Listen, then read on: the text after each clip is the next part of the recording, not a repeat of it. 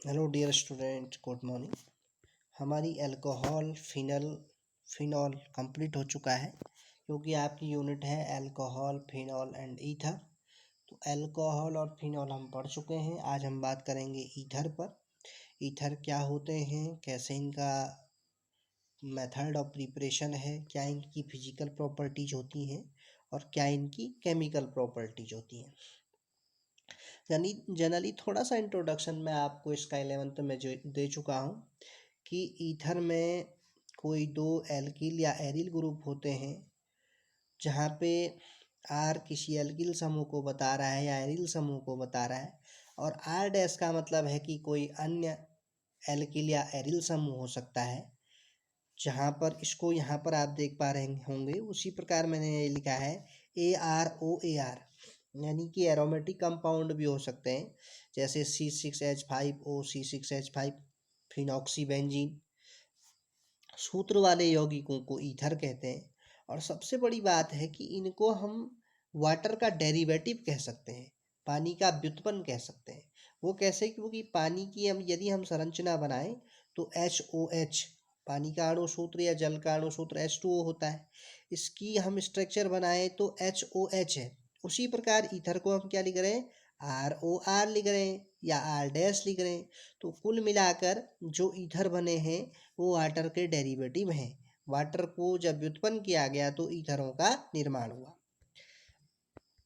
तो इनको अल्कोहल का एनहाइड्राइड भी कह सकते हैं। अल्कोहल क्या होता है? ROH। एनहाइड्राइड कैसे? ROH और ROH जब दो मोल जुड़ रहे हैं इसके, तो यहाँ से OH और H निकाल कर H2O निकल जा रहा है, बचेगा क्या? ROR। तो इसलिए इनको हम अल्कोहलों के एनहाइड्राइड भी कहे जा सकते हैं, यानी कि ROH का होल ट्वाइस ऑफ OR। यानी कि हम क्या कर रहे हैं? ROH और ROH को जब जोड़ रहे हैं इस प्रकार से, OHR इस प्रकार से लिख दिया, ROH को, ये ROH को लिख दिया, तो यहाँ से ये H और ये OH मिलकर H2O निकाल देंगे, बचेगा ROR। तो हमने पढ़ा कि ईथर वाटर के डेरिवेटिव हैं या अल्कोहल के एनहाइड्राइड है। अब बात आती है कि इनका नामकरण कैसे किया जाए, IUPAC के आधार पर इनका नोमेनकल्चर कैसे हो। ये मैं आपको थोड़ा सा बता भी चुका हूँ 11th में। ईथर में IUPAC में ईथर को एलॉक्सी एल्केन कहते हैं, और इन दोनों में एल्काइल में से बड़े एल्काइल रेडिकल को मुख्य पेरेंट हाइड्रोकार्बन मानकर नामित किया जाता है। जो बड़ा हाइड्रोकार्बन होता है उसको नामित मानकर इसका हम IUPAC नेम लिखते हैं। जैसे यहाँ पर देख रहे हैं आप, CH3OCH3 है, तो CH3OCH3 में इस वाले को जो पहले इधर है जहाँ से ऑक्सीजन नज़दीक जुड़ रही है इसके, वैसे तो दोनों में है तो हम नंबरिंग यहाँ से कर रहे हैं पहले से, तो और ये इस वाले को हम क्या मान लेते हैं? CH3 मीथेन मान लिया हमने। तो ये हो जाएगा आपका मिथॉक्सी मीथेन, इसका IUPAC नाम हो जाएगा। या डाई मैथिल ईथर, क्योंकि CH3 को हम मैथिल ग्रुप बोलते हैं, तो इसको हम डाई मैथिल ईथर भी बोल सकते हैं, सामान्य नाम। IUPAC नाम होगा मेथॉक्सी मैथेन। उसी प्रकार CH3 CH2O CH3 तो यहाँ पे एथॉक्सी एथेन इसका IUPAC नाम हो जाएगा, क्योंकि CH3 क्या होता है? एथेन। O से जुड़ गए, क्या हो जाएगा? एथॉक्सी। और इधर वाला CH3 क्या कहलाएगा? एथेन। तो इसलिए इसका नाम होगा एथॉक्सी एथेन। उसी प्रकार यहाँ पर देख पा रहे हैं आप CH3O2H5, तो हम नंबरिंग यहाँ से, जहाँ से ऑक्सीजन लग रहा है हमें, सीधे जुड़ा हुआ है कार्बन के साथ, तो ये हो जाएगा मैथॉक्सी, और CH3 को बोलते हैं एथेन, तो ये हो जाएगा मैथॉक्सी एथेन, या इसको हम बोलते हैं मैथिल एथिल ईथर। उसी प्रकार इसको हमने बोला डाई मैथिल ईथर, इसको हम बोलेंगे डाई एथिल ईथर। उसी प्रकार देखो स्टूडेंट, एक बात ऊपर ये भी आई थी कि ईथर को हम ROR तो बोलेंगे, इसका सामान्य सूत्र, या हम इसको AROAR भी बोलेंगे, जहाँ पे AR का मतलब एरोमेटिक से है, एरोमेटिक का मतलब साइक्लिक कंपाउंड से है, साइक्लिक कंपाउंड का मतलब बेंजीन रिंग वाले कंपाउंड से है, या अनसैचुरेटेड हाइड्रोकार्बन से है, क्योंकि बेंजीन अनसैचुरेटेड हाइड्रोकार्बन होता है, क्योंकि बेंजीन में डबल बॉन्ड होते हैं। अब यहाँ पर देखिए जैसे C6H5OC6H5, तो C6H5 को हम क्या बोलते हैं, बेंजीन। अब यहाँ पे अणुसूत्र उसका C6H5 ऑक्सीजन के साथ जुड़ा है और C6H5, तो यहाँ पे आप देख रहे हैं C6H5 इधर वाला, इसको बेंजीन बोलेंगे। और पीएच को, क्योंकि बेंजीन को हम पीएच लिखते हैं, फेनिल ग्रुप लिखते हैं, फेनिल ग्रुप किसके साथ जुड़ गया, ऑक्सीजन के साथ, तो तब इसका नाम क्या हो जाएगा, फिनॉक्सी बेंजीन। उसी प्रकार C6H5O C2H5। अब इधर से यदि हम बोलें तो C2H5 को क्या बोलेंगे, एथॉक्सी, C6H5 को बेंजीन, एथॉक्सी बेंजीन। उसी प्रकार C6H5OCH3, तो CH3O को क्या बोलेंगे, मेथॉक्सी, C6H5 को बेंजीन, तो इसका नाम हो जाएगा मेथॉक्सी बेंजीन। और एनिसोल इसका सामान्य नाम होता है इस कंपाउंड का, इसका नाम होता है फिनोलेट, एथॉक्सी बेंजीन का। तो ये तो थी इसके सामान्य नाम क्या होते हैं और IUPAC नाम क्या होते हैं। अब हम बात करेंगे methods of preparation of ether, ether को बनाने की विधियाँ। इसकी सबसे पहली विधि है प्रयोगशाला विधि, जिसको हम लेबोरेटरी मेथड बोलते हैं। अल्कोहल को कंसनट्रेट सल्फ्यूरिक एसिड के साथ जब 140 डिग्री सेल्सियस पर गर्म किया जाता है तो तब ईथर बनती है। वो कैसे, ये देखिए, ROH और ROH जो हमने पहले भी बात की थी कि ईथर जो होंगे वो अल्कोहल के एनहाइड्राइड होंगे। तो ROH in presence of sulphuric acid -H2 निकल जाता है, यहाँ पर से OH और H निकाल देते हैं, बाकी ये तो एनहाइड्राइड के फॉर्म में है। अब देखिए स्टूडेंट, जो हम बोल रहे हैं कि जब अल्कोहल को सल्फ्यूरिक एसिड के साथ हाई टेम्परेचर पर गर्म किया जाता है तो यहाँ पर हमें इस प्रकार से पहली जो इसकी पहली स्टेप है, यहाँ पे C2H5OH को H2SO4 के साथ गर्म कर रहे हैं, तो यहाँ पर से C2H5HSO4 बन जाएगा, क्योंकि H2SO4 है तो एक H बचेगा यहाँ, और ये OH के साथ निकाल कर H2O निकाल लेगा। दूसरे स्टेप में क्या होता है कि जो हमारा ये एथिल हाइड्रोजन सल्फेट बना है, इसको जब हम पुनः एथिल अल्कोहल के साथ गर्म कर देते हैं तो आप देख रहे होंगे C2H5OC2H5 निकल जाएगा और H2SO4 अलग हो जाएगा, तो यहाँ पर बन के आई ईथर, और इस कंपाउंड का नाम क्या होगा, डाई एथिल ईथर या एथॉक्सी एथिल। और दूसरी मेथड है विलियमसन संश्लेषण विधि या विलियमसन मेथड, इसको विलियमसन मेथड भी बोलते हैं या विलियमसन संश्लेषण, क्योंकि संश्लेषण या सिंथेटिक का मतलब होता है बनना। जब हम बना रहे हैं किसी चीज़ को, जोड़ रहे हैं, तो वहाँ पे होता है सिंथेटिक या सिंथेसिस, और ये काफ़ी इम्पोर्टेंट मेथड है, अक्सर बोर्ड एग्जामिनेशन में पूछी गई है, किसी कॉम्पिटिटिव एग्जाम में भी ये पूछी जाती है प्रतियोगी परीक्षाओं में।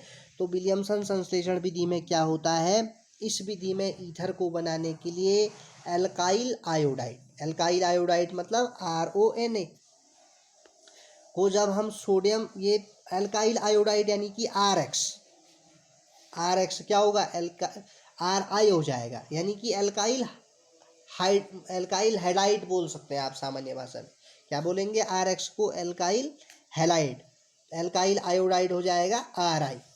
तो जब इसको सोडियम एथॉक्साइड के साथ RONA, सोडियम एथॉक्साइड, इसको हम CH3O आएगा तो सोडियम एथॉक्साइड हो जाएगा, सोडियम मेथॉक्साइड हो जाएगा, और C2H5ON आएगा तो सोडियम एथॉक्साइड। तो जब RONA के साथ जैसे PHONA होता है सोडियम फिनॉक्साइड, उसी प्रकार RONA होगा सोडियम एथॉक्साइड को जब हम एल्किल हैलाइड के साथ गर्म करते हैं तो यहाँ से Na और X निकल जाएंगे सोडियम हैलाइड के रूप में, बचेगा क्या, ROR, जिसको हम बोलते हैं ईथर।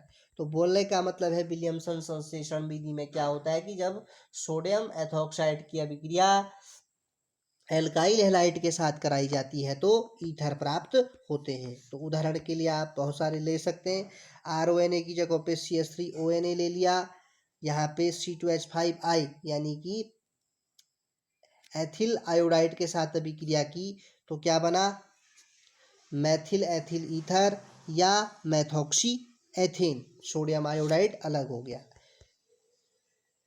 पुनः हमने C2H5I की अभिक्रिया सोडियम एथॉक्साइड से की तो यहाँ पे क्या बना, डाई एथिल ईथर या एथॉक्सी एथेन और सोडियम आयोडाइड अलग हो गई।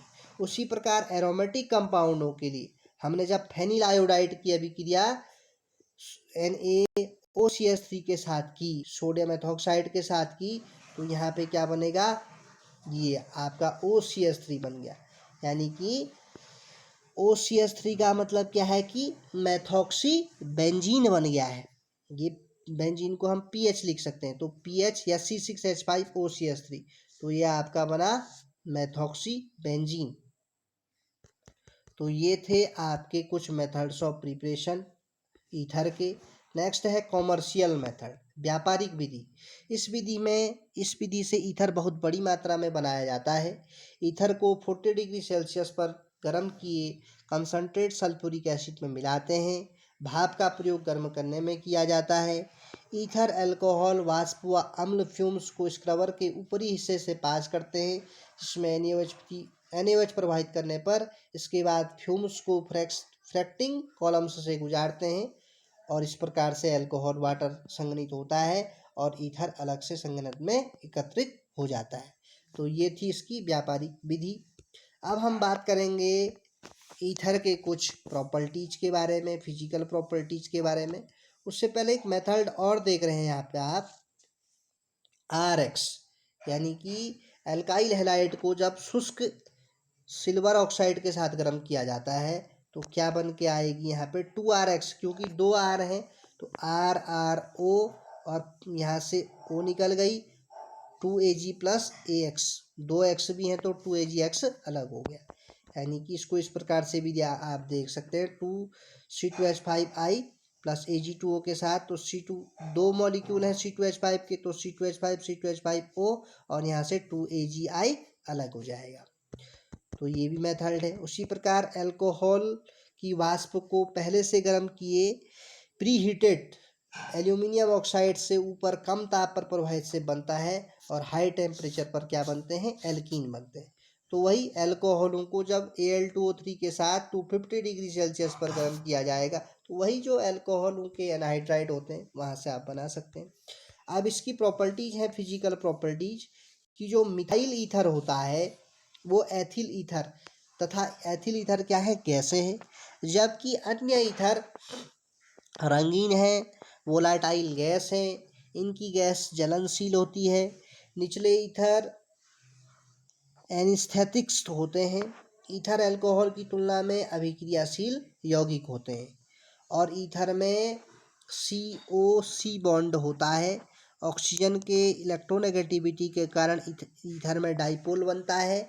बॉन्ड एंगल क्योंकि ROR से हो रहा है ना ऐसा, क्योंकि CH3OCH3 या C2H5OC2H5 तो कार्बन तो है ही, तो इस प्रकार का बॉन्ड बनाते हैं और हाइड्रोकार्बन से कुछ अधिक होते हैं इनके बॉइलिंग पॉइंट। अब ये इंपॉर्टेंट क्वेश्चन है और रीजनिंग का क्वेश्चन है जो अक्सर पूछा जाता है, ईथर अल्कोहल से कम ताप पर उबलता है क्यों? तो ईथर अल्कोहल से कम ताप पर उबलता है क्योंकि अल्कोहल की तरह ही ईथर में हाइड्रोजन बॉन्ड नहीं होता है। हमने उस दिन भी बात की थी कि जो फिनॉल है वो अम्लीय गुण दिखाता है, क्योंकि फिनॉल की अभिक्रिया जब उसको हम गर्म करते हैं तो H+ के रूप में निकल जाता है, H+ रिलीज कर देता है, इसलिए अल्कोहल क्या होता है, अम्लीय होता है। उसी प्रकार ईथर में अल्कोहल से कम ताप पर इसलिए उबलता है क्योंकि अल्कोहल की तरह ईथर में भी हाइड्रोजन बॉन्ड नहीं होता है। मैथिल ईथर के अलावा अन्य ईथर पानी में घुलनशील होते हैं, क्योंकि ईथर जब पानी के साथ मिलता है तो तब हाइड्रोजन बॉन्ड बनाएगा, ROR है। अब हाइड्रोजन बॉन्ड को हमेशा डॉट डॉट लाइन से दिखाते हैं। H2O को तो ये O और H के बीच हाइड्रोजन बॉन्ड बनना है, यहाँ पे भी हाइड्रोजन बॉन्ड बनना है, यहाँ पे भी हाइड्रोजन बॉन्ड बनना है। तो ईथर हाइड्रोजन बॉन्ड कब बनाता है, जब उसको हम पानी में घोल देते हैं, और बाकी क्योंकि ROR है, आप सामान्य देख रहे हैं ROR, तो इसमें हाइड्रोजन है ही नहीं सिंपल संरचना के आधार पर, इसलिए ये कम ताप पर उबलता है। जिनमें हाइड्रोजन बॉन्ड होगा वो अधिक ताप पर उबलेंगे।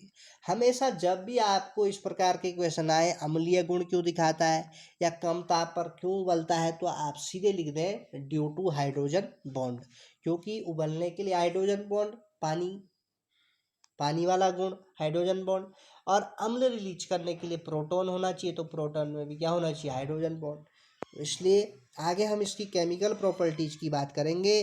Thank you very much, have a